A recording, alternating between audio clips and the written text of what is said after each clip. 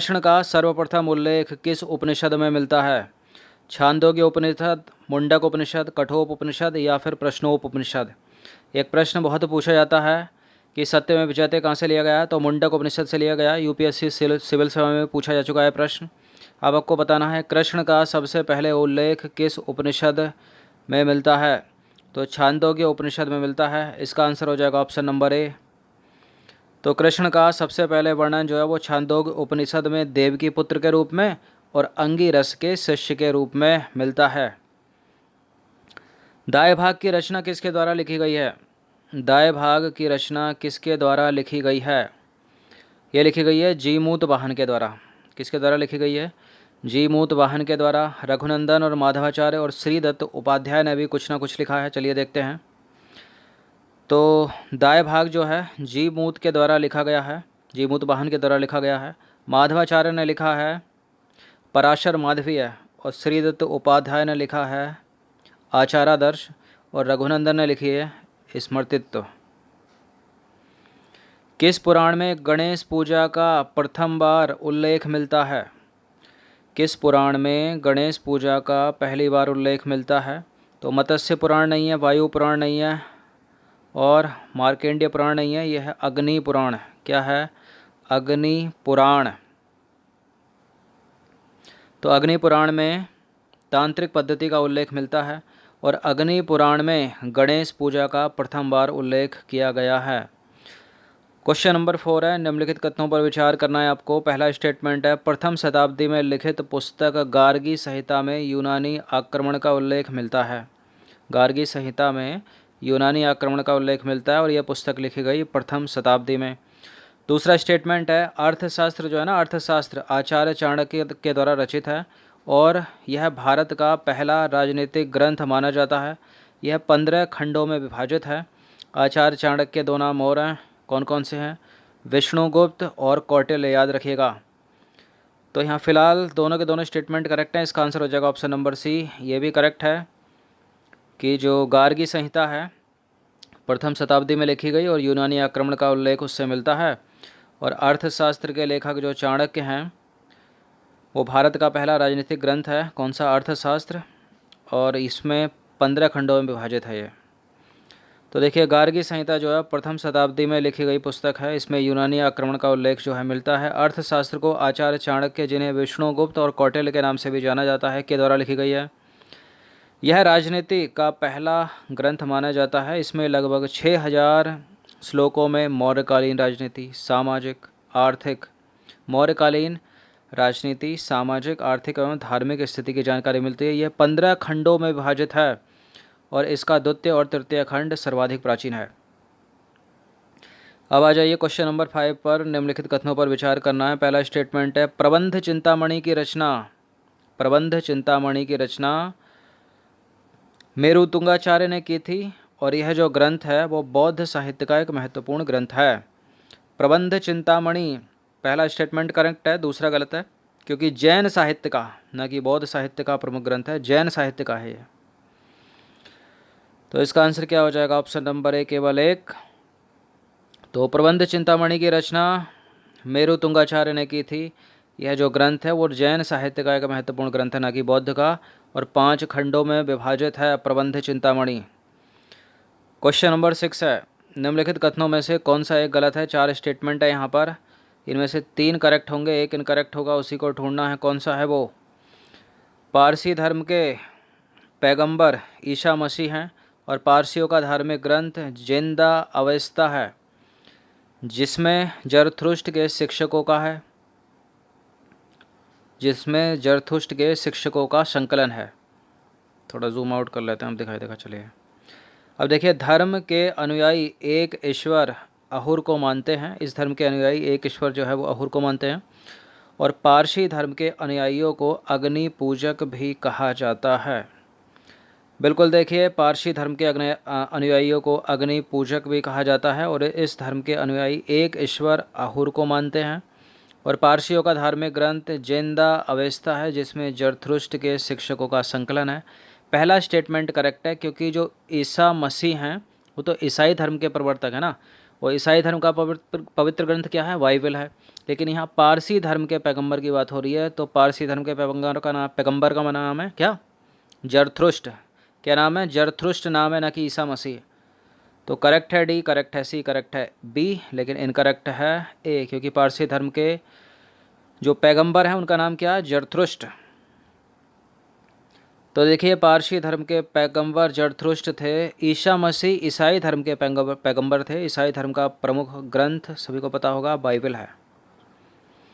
अब है question number 7, निम्नलिखित कथनों पर विचार करें। 2 स्टेटमेंट है यहाँ पर, कौन कौन से हैं वो स्टेटमेंट। पहला है, हर्यक वंश का संस्थापक बिंबिसार था, जो मगध की गद्दी पर 544 ईसा पूर्व बैठा।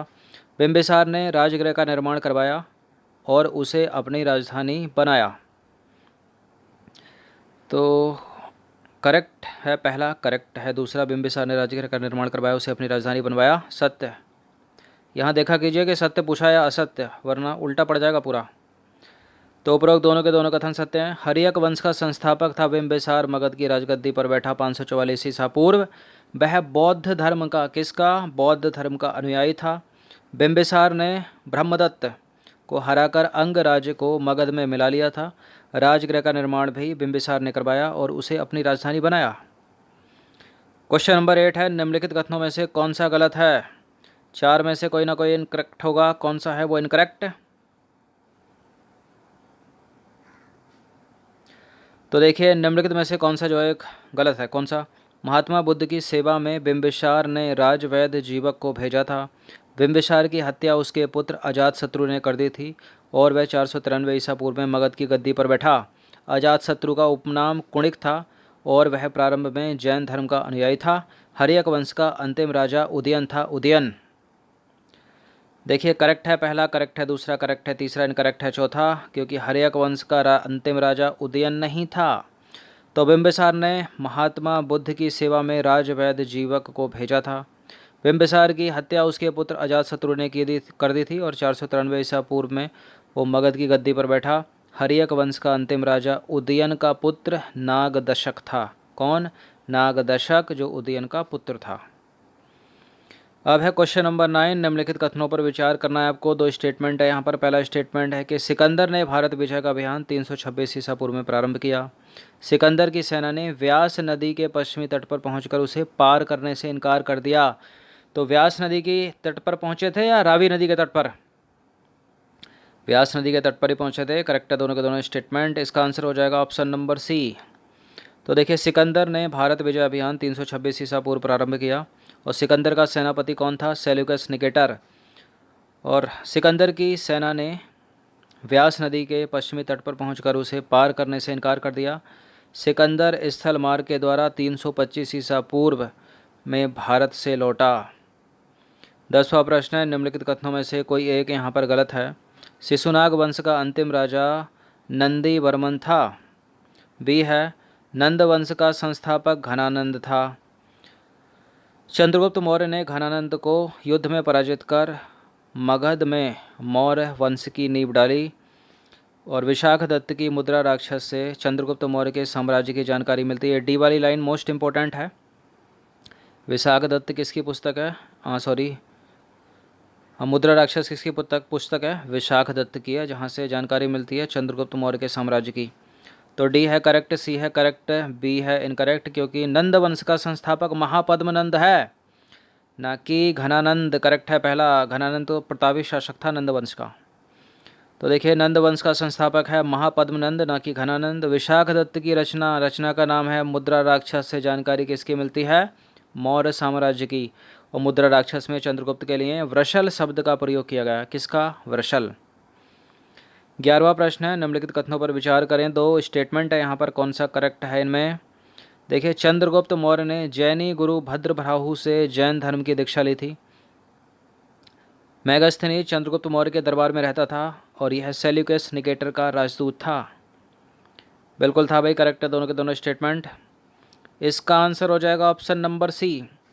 तो चंद्रगुप्त मौर्य ने जैनी गुरु भद्रबाहु से जैन धर्म की दीक्षा ली। मेगास्थनीज जो चंद्रगुप्त मौर्य के दरबार में रहता था, सेल्यूकस निकेटर का राजदूत था। मेगास्थनीज के द्वारा एक पुस्तक लिखी गई है जिसका नाम है इंडिका। मोस्ट इंपॉर्टेंट है एग्जामिनरों की, बहुत पूछते हैं इसको। मेगास्थनीज ने पाटलिपुत्र के बारे में लिखा है कि यह एक विशाल प्राचीर से घिरा है। इसमें 2 और 3 मंजिल वाले घर लकड़ी और कच्ची ईंटों से बने हैं। राजा का महल भी लकड़ी का बना है, जिसे पत्थर की नक्काशी से अलंकृत किया गया है। आ जाइए क्वेश्चन नंबर 12। पूछा था मैंने आपसे थंबनेल में, निम्नलिखित में से अमित्र घात के नाम से किसको जाना जाता है? किसको जाना जाता है अमित्र घात के नाम से? अशोक नहीं है, चंद्रगुप्त मौर्य नहीं है, काला अशोक नहीं है, यह है बिंदुसार। कौन है? बिंदुसार।